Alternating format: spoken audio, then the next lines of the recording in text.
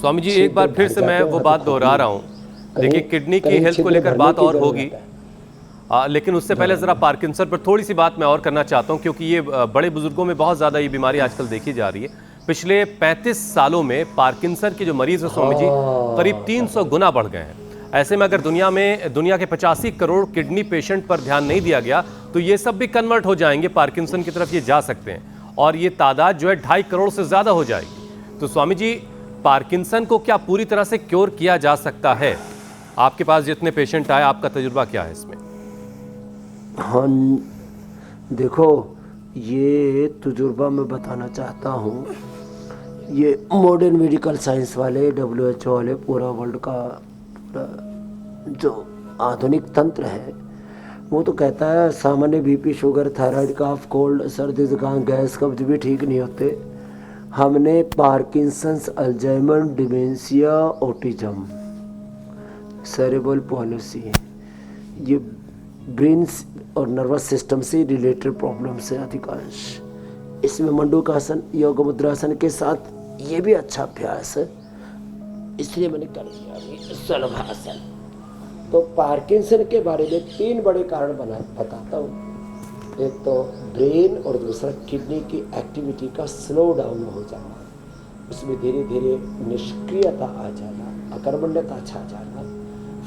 तो किडनी के लिए कपालभाति और ब्रेन के लिए अनुलोम विलोम जरूरी है। दूसरा, हम घी खाया करते थे, घी, दूध आदि वो खाना छोड़। अब सब कहते हैं ओमेगा खाओ, ये खाओ, खाओ। तो सब 1 चम्मच गाय का घी खाली पेट, या नारियल का तेल, या तिल का तेल, या बादाम का, या 2-3 बादाम, 2-3 अखरोट सुबह खाली पेट ऐसे पीस करके खा ले।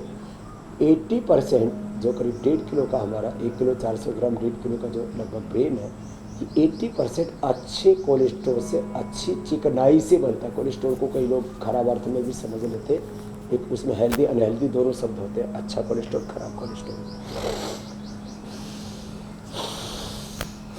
तो 1 चम्मच घी खाया करो। तीसरा, जो दिमाग खराब है लोगों का, इतना ज़्यादा बाहर इंगेजमेंट हमारा, हम अपने स्वयं से, अपनी निष्ठा से दूर हो गए।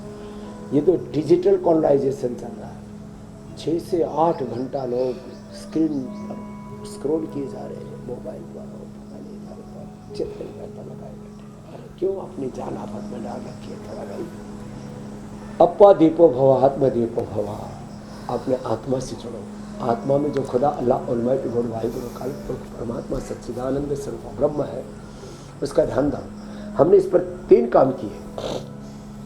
ये तो 3 मैंने वो बड़े कारण बताए जिससे कि प्रॉब्लम हो रही है।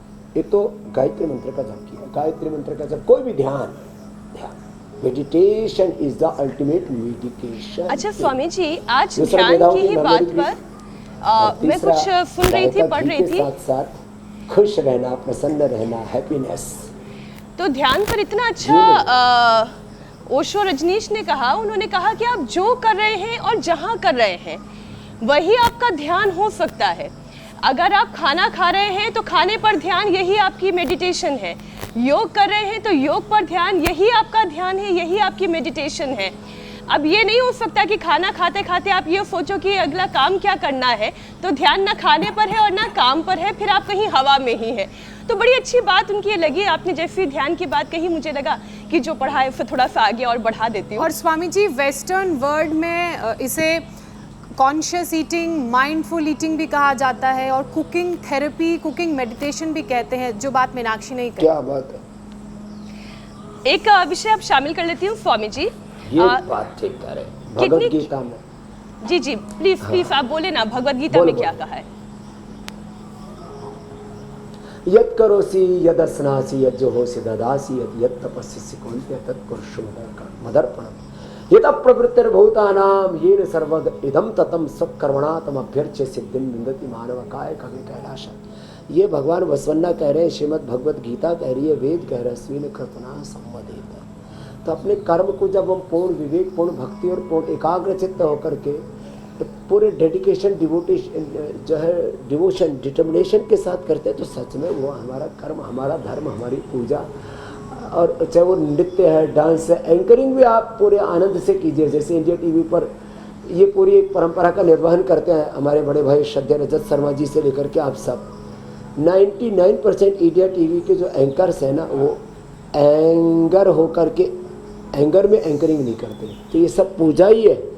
हाँ, लोगों को सारे संसार से अपडेट रखना, लेकिन समाचार में किसी प्रकार का शोरगुल नहीं, शोर शराबा नहीं, आपाधापी नहीं। ऐसी ज़िंदगी को एक रिदम के साथ जिएंगे ना, तो सच में ये सारे उपद्रव ऐसे ही ख़त्म हो जाएंगे।